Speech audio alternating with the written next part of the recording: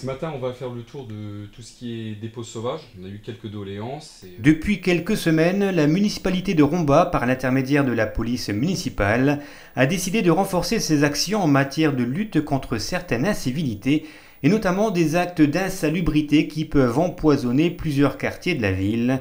Une campagne qui associe dialogue, prévention et répression. On a constaté déjà au gré de nos patrouilles une recrudescence du problème. On a aussi plusieurs riverains qui nous ont fait remonter des doléances dans certains secteurs où ça avait tendance à être un peu trop régulier. Ces deux agents de surveillance de la voie publique sillonnent inlassablement les rues de Romba. Leur objectif, dénicher les actes d'incivilité qui ont malheureusement tendance à être nombreux. Ça peut commencer à partir du mégot jeté sur une place publique, sur le trottoir, c'est pas forcément agréable. On peut passer aussi par la déjection canine. Bon, aimer son animal, c'est aussi l'assumer, et puis faut aussi ramasser les déjections, c'est pas forcément sympa pour les riverains.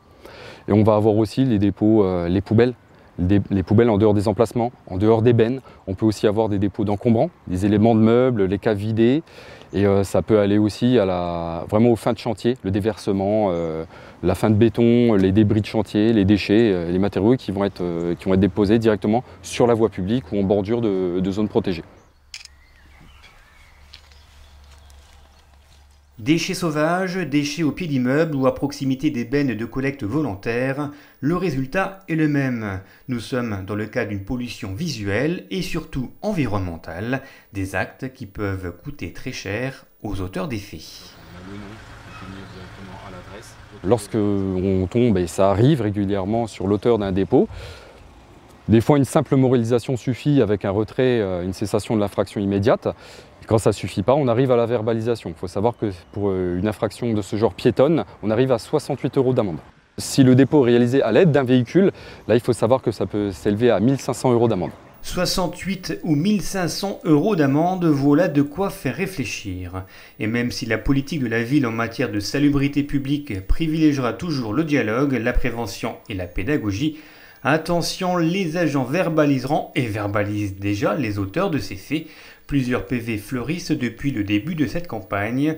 L'appel au civisme est donc lancé. Pour les propriétaires de chiens, dans un premier cas, sera toujours au moins avoir sur soi un sachet. Si on peut être à demander, est-ce que vous avez un sachet, vous avez de quoi ramasser. Bon, ça montre toujours la bonne foi de présenter un sachet. On va avoir aussi, quand on a les bennes qui sont pleines, souvent on peut retrouver, il y a des bennes de ramassage qui sont pleines, et souvent il y a un amoncellement de poubelles. Si la benne est pleine, ça ne sert à rien de rajouter autour.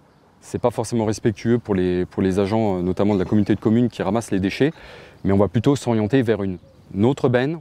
La communauté de communes nous a installé beaucoup de bennes enterrées maintenant, et si, quand bien même ça ne suffit pas, je pense que la déchetterie reste encore une option envisageable. Si c'est la CCPOM qui détient la compétence des déchets sur l'ensemble du territoire, il n'en demeure pas moins que la municipalité rombasienne prend ses responsabilités en matière de prévention, de propreté de la voie publique et donc de répression. Et finalement, ce sont tous les services qui sont impactés par ces insalubrités, des agents communautaires aux agents des ateliers municipaux qui doivent enlever en dernier recours ces dépôts sauvages. Respect des horaires de sortie des poubelles et du tri sélectif, appel au civisme et à la responsabilité collective, voilà donc les objectifs de cette campagne de salubrité qui est à mettre en parallèle avec une autre campagne, celle sur les infractions routières. Vitesse excessive, stationnement gênant, là aussi la police municipale veille au grain en renforçant ses dispositifs en matière de prévention et de répression. Vous voilà prévenu.